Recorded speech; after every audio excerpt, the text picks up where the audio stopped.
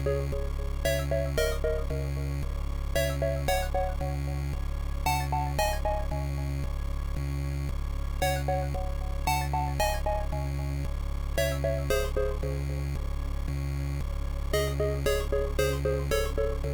have such sights to show you.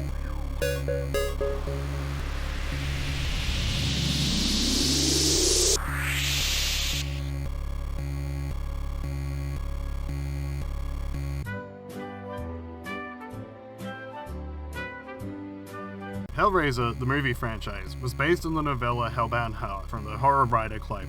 It's about a man who's reached the physical limits of sensations offered by the mortal world and uses a supernatural puzzle box to summon the Cenobites, explorers in the further regions of experience, who proceed to fuck him up beyond anything he could ever conceive of on his own, because as it turns out, mortals should probably stick to the mortal world rather than summoning demonic sex monsters. Yeah, and Clive Barker doesn't shy away from sex and sexuality in his work. One might even say it's a consistent feature of his stories. It certainly is in this one.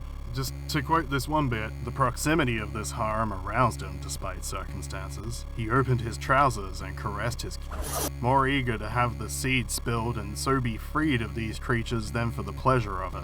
That's like the first chapter. Barker knows what he's about. Reportedly, when Barker first showed this film to his mum, she cried tears of joy to see his name in the opening credits, and then he leaned over to whisper to her, "That's the happiest you'll be for the next 2 hours." What a lad. Unfortunately for Barker, his adaptation would be produced in America, where their puritanical prudeness means it's probably okay to dismember a dude as long as you don't show his member. So the first couple of films are something of a departure from the source material, and by the third one, he was out. Ironically, just as the lean towards sex would come back into the franchise. Anyway, this is going to be me drinking for a while and recalling what I can of the Hellraiser franchise. You know, after recently rewatching all of them, and God help me, there's like 11 of them these days, which means this'll take a bit, so have fun and happy Halloween, motherfucker.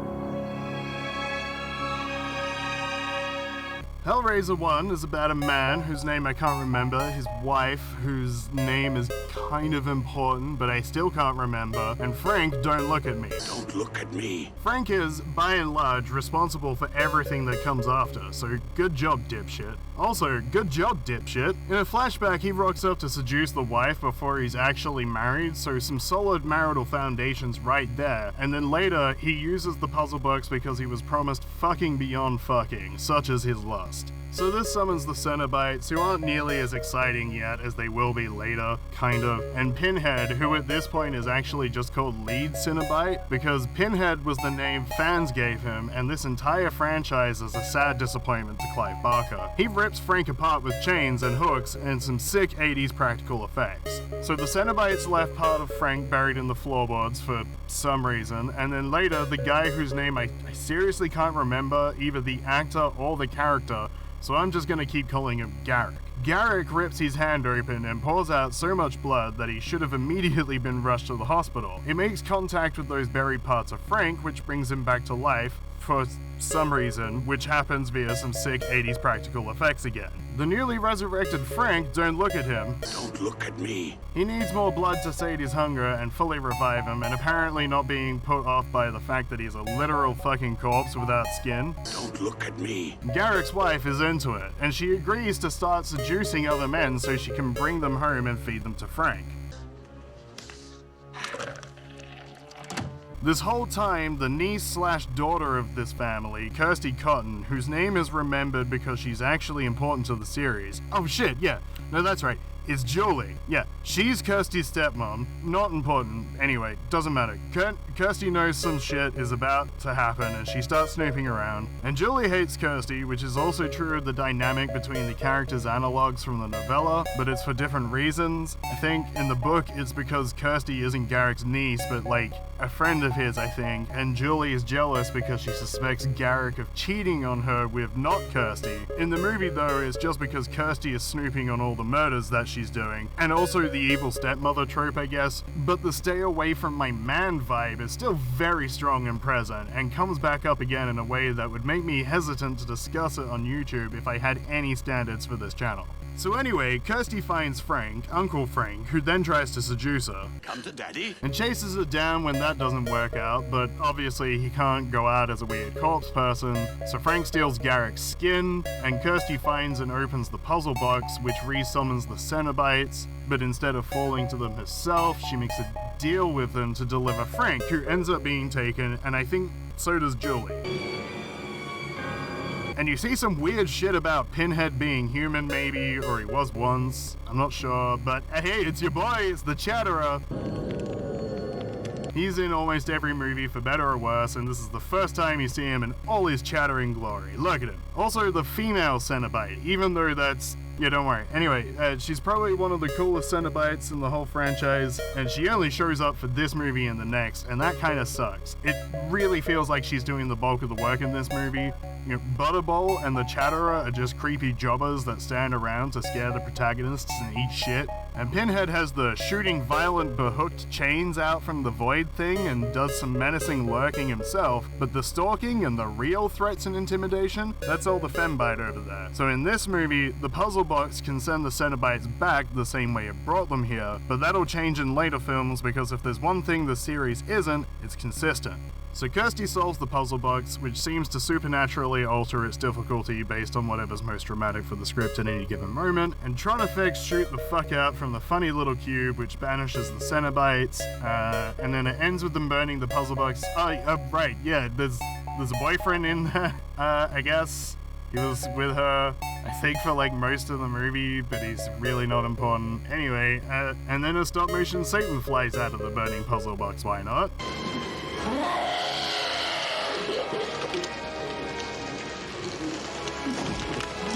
The start of this movie was weirdly more interesting than the end for me. I feel like it tried to use the drawcard monsters sparingly to make their main showing more impactful, but then it didn't really do a lot worth mentioning once they got there. Maybe that's just from the perspective of someone who only saw it for the first time decades after its release. Like, this was 1987, people were easier to scare back then, I guess. Still probably the best regarded film of the franchise, but only by people who don't like fun, because I actually think the movies get better once they stop being taken seriously. Also, there's a dick pillar. Specifically, it has two big old dicks nailed side by side. What's your pleasure, sir? I give this one 7 Garricks out of 9.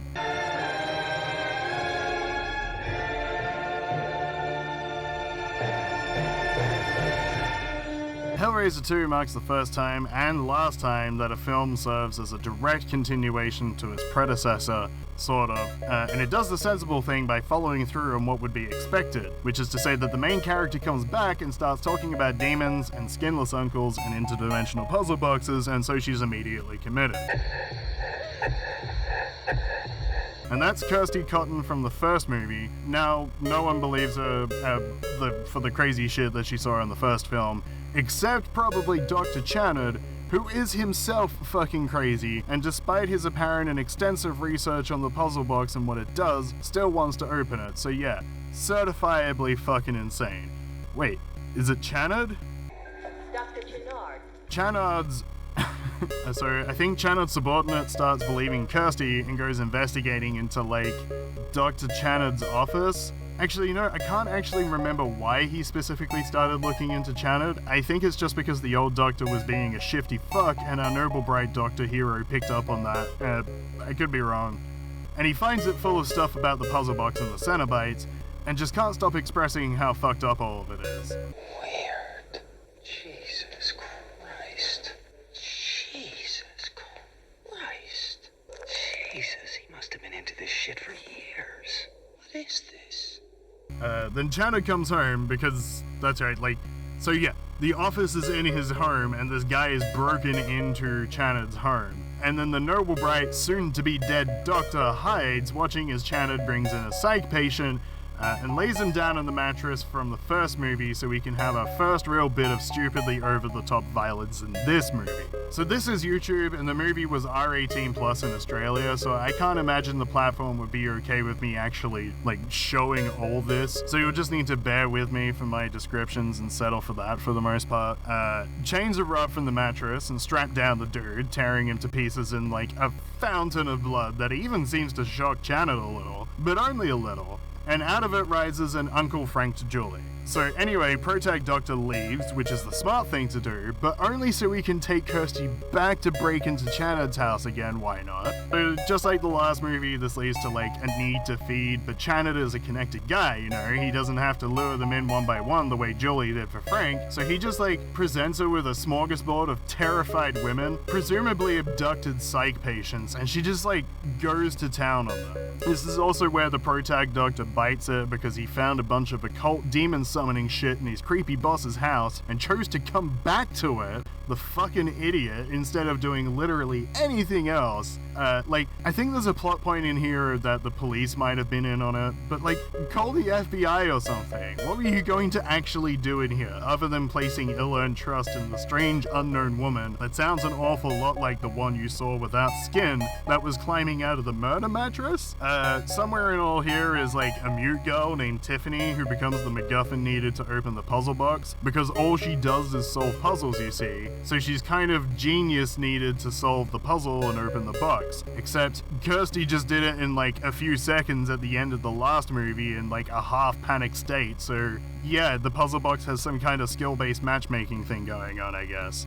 So Chanad makes Tiffany solve the puzzle box and the Cenobites finally show up, same crew as the OG, and this will be the last time we see the same group of Cenobites make a return like this, including our boy over here, but he'll be back in some other forms. And then she goes into the labyrinth because she's running from the reality unfolding around her, and Kirsty goes in because, like, at this point, she thinks her father is talking to her from hell and begging her to get him out of there. I haven't put my father in a nursing home yet, so I wouldn't know what that's like. But also, because Julia slapped the absolute shit out of her and dragged her in there. And then she takes Chanad in there as well with the labyrinth and pushes her into a massive puzzle box, which looks like it would kill him, especially how he's taken in with like the wires on his face and shit, but I guess the box is more like a Cenobite sorting hat because he comes out with his very own creepy latex outfit. And to think, I hesitate. And then Kirsty makes more deals with the Cenobites or something, or otherwise tricks them. She's either very good at doing that, or the Cenobites are kind of fucking stupid. I mean, they could be. Being horny can impair your thinking, and these things are meant to be horny incarnate, so maybe Pinhead's just a big himbo. Anyway, it turns out that the Cenobites are enslaved to this big diamond thing covered in the puzzle box print called Leviathan,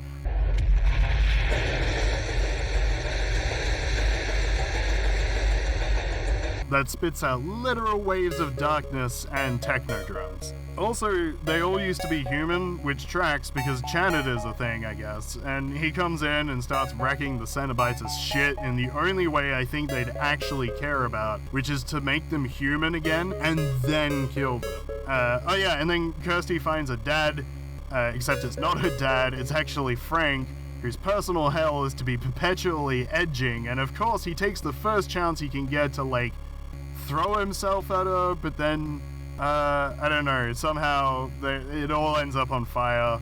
And then Tiffany solves the puzzle box again when, like, she catches up with Kirsty, and that somehow destroys Leviathan, and I guess, like, saves the day. And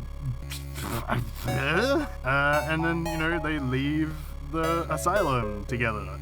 Cool.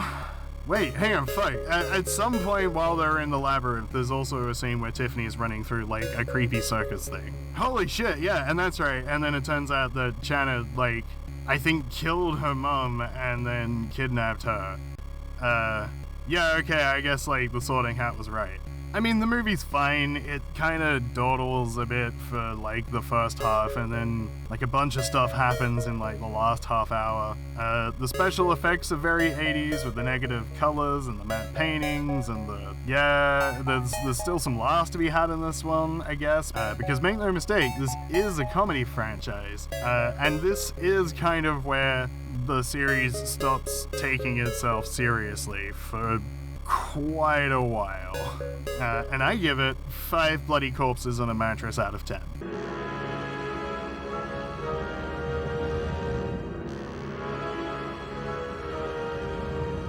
Hellraiser 3 is a contender for my favorite in the franchise. rivaled only by the 8th, I think, which only proves to me that the series is at its best when it's not taking itself seriously at all. Jesus Christ! Not quite. Jadzia Dax plays Joey Summerskill, our main hero, a classic down-on-a-luck reporter that's convinced that her managers at the station are out to get her, and I mean, in the hindsight of 2023, she might have been right. Also, somewhere near the start, there's a scene where the deuteragonist buys a horrific-looking sculpture from what is clearly a respectable businessman, definitely not an incarnation of the bug-eating Satan murder hobo from the first 2 movies. Dax is abandoned at the hospital by a cameraman that only seems to speak in bad ADR. Joey, look, can I take you home? I can go by your place. Before she sees what is clearly a victim of Pinhead mid-hooking as they're being wheeled into an emergency room. And these behooked chains are kind of like just free-floating and like electric. So apparently Pinhead now has remote telekinesis and also some sort of electricity ability. Then she hooks up with a witness to the guy, but not like that, who was being hooked like that. Not literally, but as in, she just questions her for information, but then I also think literally hooks up with her as she comes out the next morning like this. Well, actually, I'm pretty familiar with the view, but it is good. I mean, they don't say it outright, but it's not even subtext, really. And finds out that the dick pillow looking statue is what dropped the cube, and she knows because she used to date the fucking club owner guy, the deuteragonist club owner guy. At this point, by the way, he's worked out that the pillow actually contains Pinhead, and is now actively feeding his sexual conquests to it to wake up Pinhead. But fucks up when he tries to get things on again with Judzia's witness girlfriend, and ends up being fed to the dick pillar statue himself, which actually wakes up Pinhead. So then Pinhead hits the bar. And he's just having a great time, you know? I'm here to turn up the volume. And Jadzia sees a report about the great time he's having down there and just has to get her story in. So she calls bad ADR camera guy to meet her there, but whoops! It turns out her TV wasn't plugged in for some reason. So it must have been Pinhead haunting her TV, because I guess anywhere that the puzzle box goes becomes cursed, so add that to his list of powers, I guess. So the camera guy, he gets killed. No. But then comes back with one of my favorite Cenobite designs of all of the movies, with his camera stuck in his face. Have you seen what he did to me, you little bitch? Have you seen? It's honestly kind of perfect. No Chatterer though, and no Dick Pillar either, which is a shame, really. It holds the movie back from true greatness. So the Cenobites go on a violent rampage, like another one, and Jadzia runs into a church, but then Pinhead finds her because of course he does. Then what the fuck is that? And then he does a blasphemy. This is my body. This is my blood. Happy are they who come to my supper. You know, it's been a hot minute since I was forced to go to Mass, but I don't think that's how it's supposed to go. I am the way. Oh man, some Christo-fascist fuck is probably gonna report this video now. Anyway, right, so at some point Jadzia started talking to the ghost of Pinhead's human form in her dreams, and they're formulating a plot to bring him into the dream realm so they can kill him. I didn't. This turned into Dream Warriors really fast, huh? Anyway, she gets chased down and surrounded by her nearest and dearest in this film, and also that dickhead from the club, who are now all Cenobites, and she zaps them with a cube, which should have been the end of it, based on the rules of the last 2 movies, but actually it was all a dream sequence dreamed up by Pinhead, who pretends to be her dead dad, because you can't get a protagonist in the series without daddy issues apparently, and he manages to steal the cube from her, but then because he's in the dream realm anyway, his human ghost can get at him, and then they like merge together, and then she sends them back to hell with the cube, but for real this time. So this was the movie that made Clive Barker disown the movie franchise, because aside from ditching the slow plotting horror of the first 2 films to make Pinhead just another slasher villain, this is actually the first time Pinhead is actually called Pinhead. I don't know if that's an official reason for him leaving, but I'm gonna pretend that it is because I know that he fucking hated that name. I love this though. This is where the movies start having fun with themselves. I give it 8 sad Clive Barkers out of 10.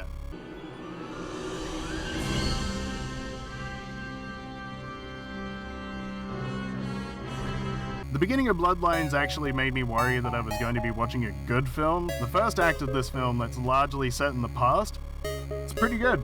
I'd even say it's on par with, like, if not better than the original film. Before we get into that though, there's some sci-fi schlock to enjoy on a space station that looks like it could have been recycled 9 years later for the Doom movie, and really, this is what I wish most of this film was when they said that it was going to be in space. Bloodlines manages to disappoint on a lot of levels. So anyway, also one of the main characters' names is Rimmer. Well, Rimmer? And for the rest of the segment, she's just gonna help me dodge copyright like this. So this this space monk, which is what I assume he is actually the descendant of the person who made the original box, and he starts telling his family history and won't stop again until like partway through the third act. So we start with Le Marchand, the toy maker and original creator of the puzzle box, one of them at least. The series seems to switch back and forth between there just being one box or dozens, and he does it for this creepy motherfucker who gives him the specifications to make it, which is, it's just some squiggles. You simply couldn't understand. You do, because it's just some fucking squiggles. Oh yeah, and Adam Scott was there, and a Dracula, and wait, what are you doing in that prostitute? This movie doesn't have that kind of rating.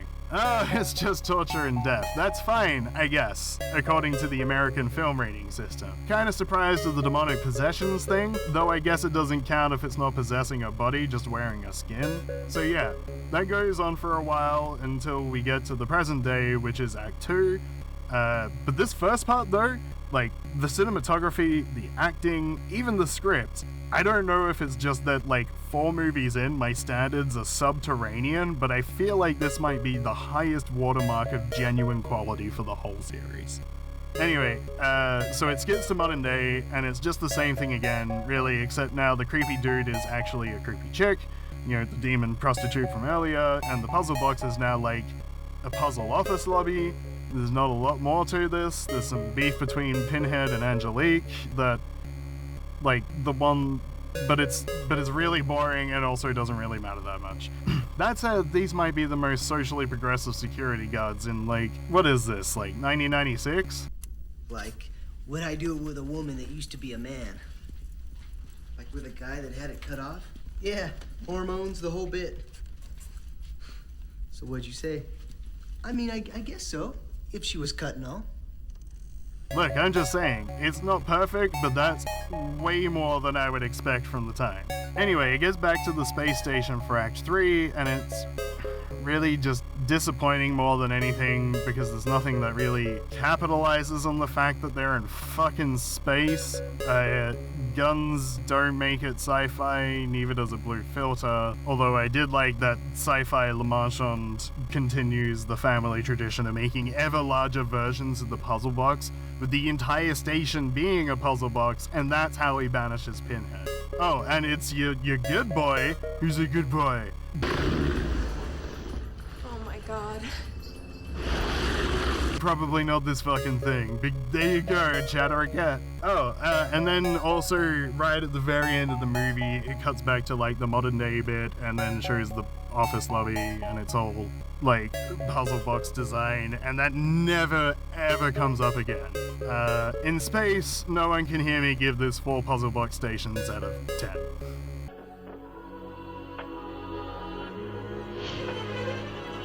So, right off the bat, it's kind of funny that the music kicks into its most dramatic notes as the Weinstein brothers' names come up on screen. Maybe this was a warning that was missed. That might have also had something to do with the fact that from this point on, each movie is trying to outdo its predecessor for sheer horniness on display. So this time we follow Discount David Barinas, Boreanaz? You know, I've never actually said his name out loud. Is that how you say it? I am David Boreanaz. Awful. So Homebrand Sherlock here is the star in the first of the CSI Hellraiser movies, and you'd be forgiven for thinking that this wasn't meant to be a Hellraiser movie because it definitely doesn't feel like one.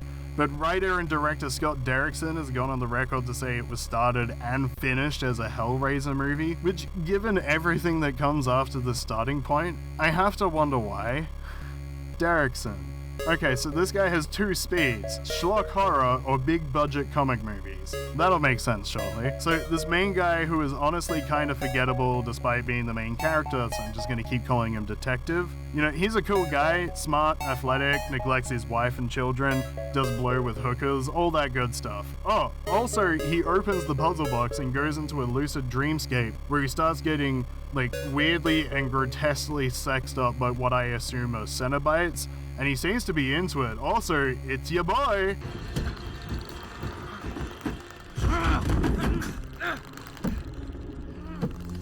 Or at least half of him, and then, you know, he murders the shit out of the hooker.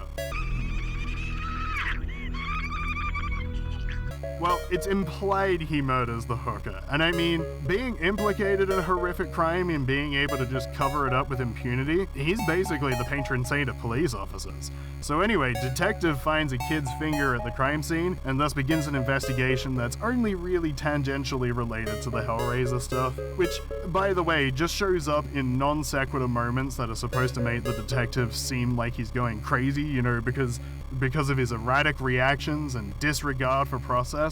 But honestly, it's hard to distinguish what he does from what I understand to be average police behavior. Are all cops just haunted by sex ghosts?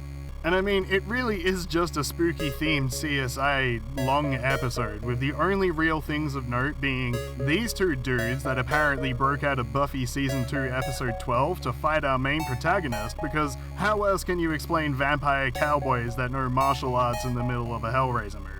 And also, they were set on him by the bartender from Fight Club. Anyway, it takes Pinhead a full hour and 20 minutes to show up on frame in this roughly hour-and-a-half movie. He's on screen for a collective, like, 5 minutes, and it kind of fucking sucks.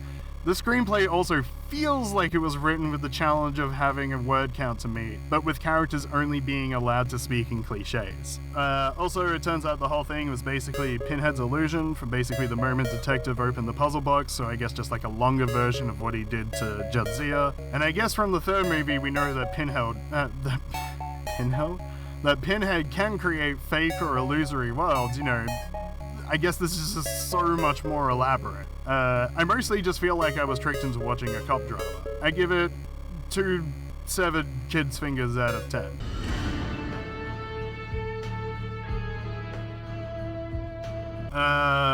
Hellraiser 6 is about Kirsty Cotton's husband because Kirsty dies in the first few minutes.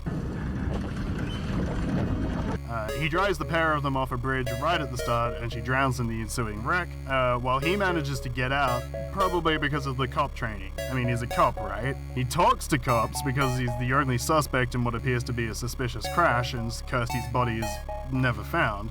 In fact, about a third of this movie is him talking to cops in a way that would have gotten someone who was actually under suspicion for murder arrested in, like, record time. He's not a cop, though. He's, like, an insurance salesman, and he's stumbling through realities, blacking out, forgetting things, and having it off with his boss and his neighbor.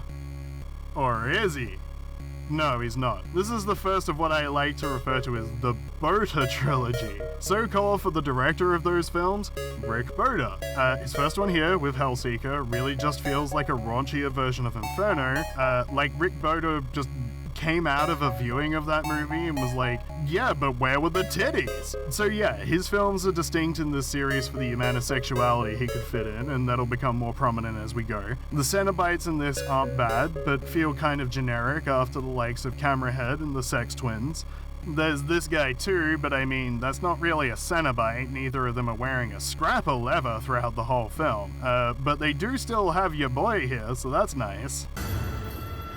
It turns out, like, this whole movie, again, is just another Pinhead mind game, which not a cop insurance guy is caught in during his, like, final dying moments, and probably forever into eternity, I guess. Because Kirsty hated her husband, or he had the puzzle box and something and was trying to force her to open it, and then made another deal with Pinhead because that's just how she does. And she promised to give her husband and a bunch of other assholes to him. I guess he was sleeping around or something. Fuck, this movie is very forgettable, honestly. 3 out of 10 dead spouses. So in this movie, we've got Kyle MacLachlan at home playing the villain, with Pinhead being more of like the arsehole who's not actually the main villain, but still kind of an arsehole. And more importantly, we're back with Rick Boder in the driver's seat for this movie, and he's really filling things up with some Boders. This one's about a reporter who I want to say is named Jessie? Amy Clive. And she's like an undercover reporter that likes to investigate the seedier side of the world, and her lecherous boss, who gives me the creeps every time he's on screen, they receive a tape that shows the villain killing someone and bringing them back, and they seem all shocked because I guess they've never seen necromancy before, and then Jessie goes investigating and finds herself aboard the Boda train.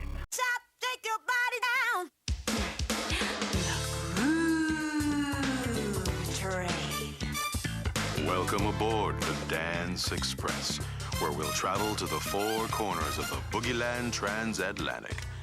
And now let's visit our first stop, the Spotlight Dance. Choo-choo. And when she gets off, she sees the villain throw himself in front of a train, and then sees him alive again, and goes crazy, so she's arrested, and then gets bailed out by a lecherous boss, which I'm sure isn't a creepy prick move at all. Once again, I have saved your small but relatively shapely behind. And somewhere in all this, she opens the puzzle box, and that doesn't go well for her.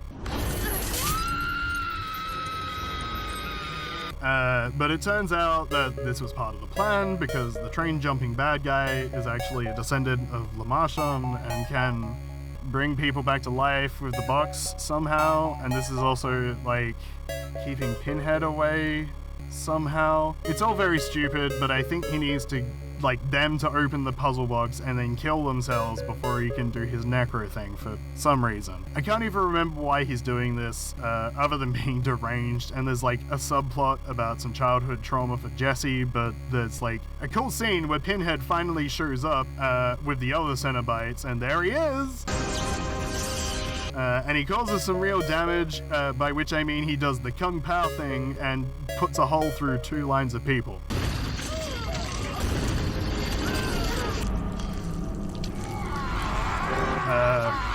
2 stomach holes out of 10. Alright, this is it. The crown jewel in the Boda trilogy, and quite possibly my favorite movie in the entire series of movies. This is where the shit hits the fan, guys. Maybe. So it starts out with this guy, who it turns out offed himself in that scene, rip, and his friends are talking at his funeral about how it was because of his obsession with the Hellraiser online game. And this is 2005, and WoW had just came out, so I'm sure the motivation for including this was to leverage the panic around online gaming at the time, but I mean, some pretty fucked up real life occurrences have come about as a result of MMOs, so maybe they had a point. Anyway, this is the game. Come on, open it. I'm trying. Oh, Allison, you're all herky-jerky here. Come here, you gotta finesse it. Derek. Yeah, still in the period where screenplay writers either deeply misunderstood what video games were or were deliberately taking the piss, but you really gotta be careful how you click those JPEGs, you know? And here he is!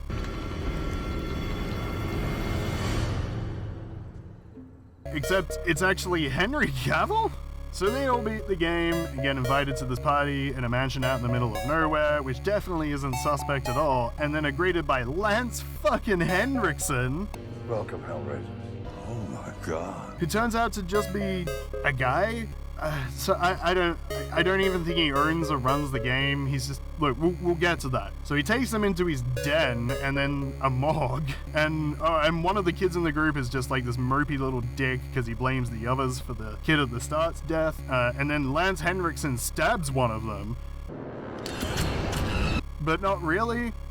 sort of. And then he brings them back to the party where he introduces them to a low-tech version of Tinder that's potentially fraught with just so many problems, which in itself might make for a good Eyes Wide Shut type movie maybe.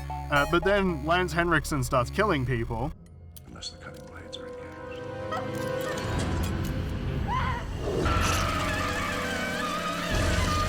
And he might be Pinhead. Maybe, but we're not there yet. And from this point, it's just like a lot of really fun slasher stuff. The kids start getting taken out one by one, weird shit starts happening, the kid from the start might not actually be dead, and he's clawing at them through the floor like... And some of them start coming back, and then it turns out that actually none of this has been happening. But wait, not because of a Pinhead mind game, kind of. It was actually drugs. No, seriously. That induces a highly impressionable, trance-like euphoria. It can be taken in every which way you can imagine. So this actually goes back further than that. If I've somehow convinced you to watch this train wreck of a film with what I've laid out so far and you want to find out for yourself what is going on, then skip to this timestamp here. But otherwise, it turns out that Henriksen is the dad of the kid from the start who really did kill himself and isn't actually trying to get them. And in his grief for his son's death, he catfished one of his son's friends in a chat room, and I'm not joking, he specifically says prospective lover or something at one point. So in this movie, it is canon that Lance Henriksen was cybering with this kid while pretending to be a teenage girl. And Lance credits this kid with giving up all the information he needed to set this all up because the kid was so thirsty, you see. But that means that the info he got wasn't just about Hellraiser lore or dirt on his friends, but like presumably how to access the site, how to send the invitations, maybe he figured out the drug thing on his own, and I guess the budget Tinder thing wasn't actually happening, that was just part of the hallucination. But also, I'm almost certain that hallucinations don't work that way either, because as it turns out, they've actually been buried in the ground for most of the movie. Because he drugged them at the start, in the den, with the cards and the drinks and the stabbing, and then they get out, but Henriksen gets away, but he has an actual puzzle box which he opens, and then the Pinhead is actually there, and they fuck him up, and then Lance Henriksen was a ghost. You know, as a connoisseur of trash media, this is just, gourmet. It's mid-2000s cheesy in a still very watchable way, and I'll say it now, it does then what 2022 Hellraiser didn't do now, then. Shut up. It's because it's one of all the movies, this is probably one of the biggest, if not the biggest, departure from established Hellraiser lore. Or at least a really obtuse interpretation of it. Like, is it in the same continuity as the other films? Does Hellraiser exist as a movie franchise in this world? Or are they semi-aware of modern Hellraisings and are celebrating it in some weird way? Yeah, okay, on second thought, this is clearly the best Hellraiser movie. 10 voters out of 10. Can't be beat.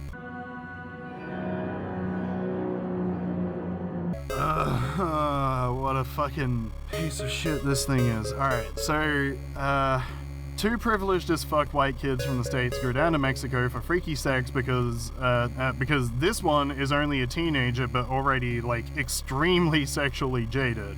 If nothing else, this is a good commentary on why we shouldn't allow individuals to hold massively disproportionate wealth compared to those around them. But anyway, while down there, they encounter the Satan hobo who gives them the box, and of course they open it, which leads to some very well edited in real time found footage, making its way back to their families along with the box. The less fucked up one comes back, except now he is actually fucked up. And it turns out it's not actually him, but the really fucked up one wearing his skin like Uncle Frank, which explains why he was into making out with this chick who was actually his girlfriend, but doesn't explain why she was so into it when she thought it was still her brother. So the Cenobites come back and it's really just drawn out and really poorly acted. Everyone on screen is around the low-budget primetime family drama level of quality, except for this fucking guy, who is probably the single worst thing to happen in this franchise. No. Nico! You opened it. Summoned us. And that is a very high bar, or low bar, whatever. They fucked up with this. Doug Bradley refused to be in this movie after reading the script, saying it wasn't finished, later referring to the movie as a cinematic ashcan copy, and probably because they offered him fuck all to play the role. This is all probably because the production company was legally obligated to make a sequel to Hellworld, or they'd lose the rights to the IP.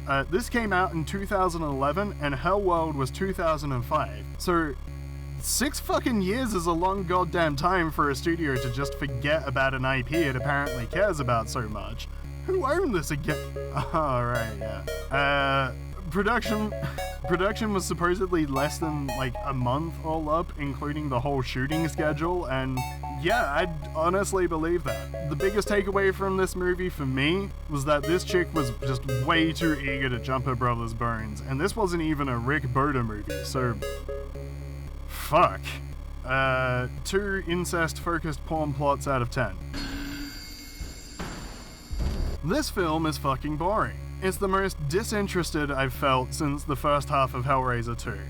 And that's a shame because the director of this movie, if you listen to him, genuinely seems to care about the franchise. He's also a self-insert director, and not like the fun Peter Jackson way, where it's like a split-second cameo and makeup that you have to really be looking out for, but I'm one of the more important characters kind of self-inserts. So he plays this dude, who I think is called the Auditor, because that's what he does, kind of. By which I actually mean he's, like, kidnapping random freaks and torturing them until they confess to their shitty crimes. And then this fucking dude comes in. I don't want to fat shame here, but that's obviously what they were going for. And also, I get, like, a corrupted priest vibe. Anyway, he eats their confessions. And then vomits them into a chute, which then lands in a trough that 3 chicks with their boaters out just stick their hands right into and then give a verdict on the fate of the person being audited, which I'm assuming is usually something like, yeah, fucking kill this prick. The whole thing has more of like a Saw vibe than a Hellraiser vibe. There's some vague justifications for all this at the beginning, something about internet porn or something. Irrelevant.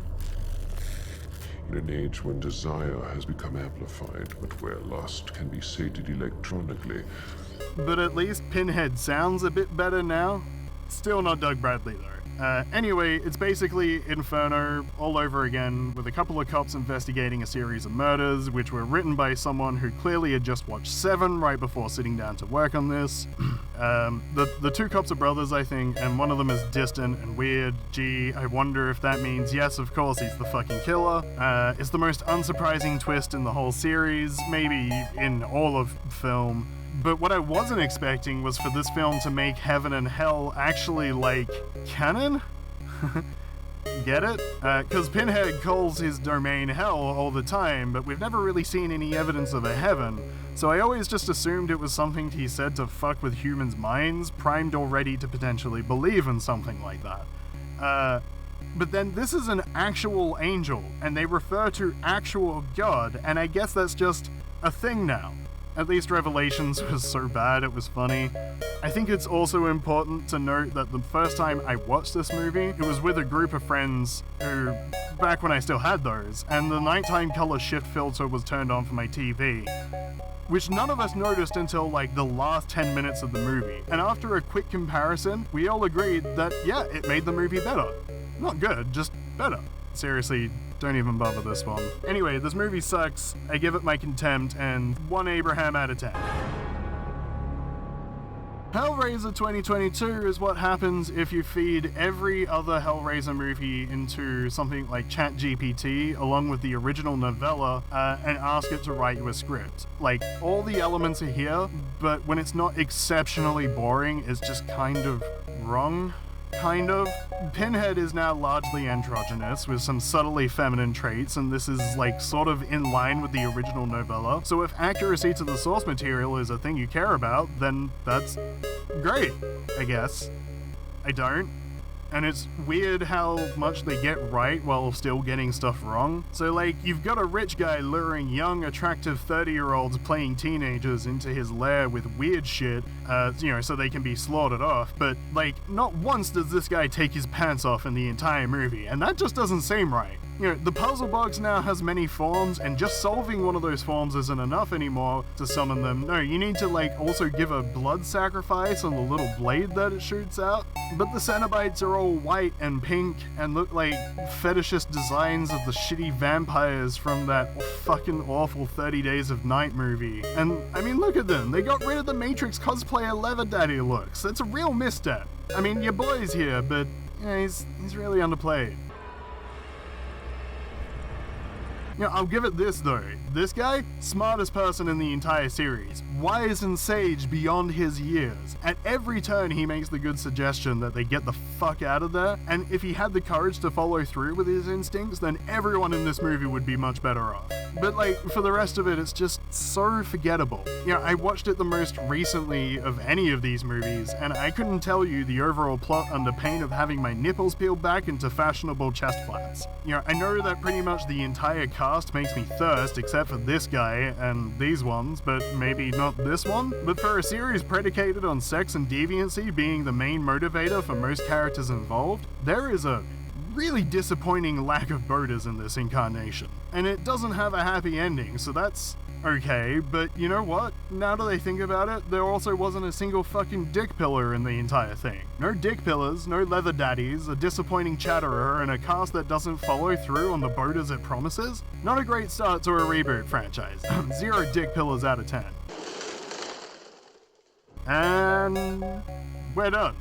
For now, I guess. I could go on about these movies, but I guess I'll leave it up to you in the comments to say if that's something you want. What's in store for the Hellraiser series from here? Well, there's a sequel coming for the 2022 film, apparently. Maybe we'll get a reimagined version of Leviathan's Labyrinth, maybe even a new Dr. Janet if we're lucky. And there was a TV series that was being talked about back in 2020 that even had Clive Barker attached, which probably means it's cursed to fail since we've not heard anything about it since, and that just seems to happen to whatever Clive Barker is attached to. Hey, maybe next Halloween I'll talk about Nightbreed.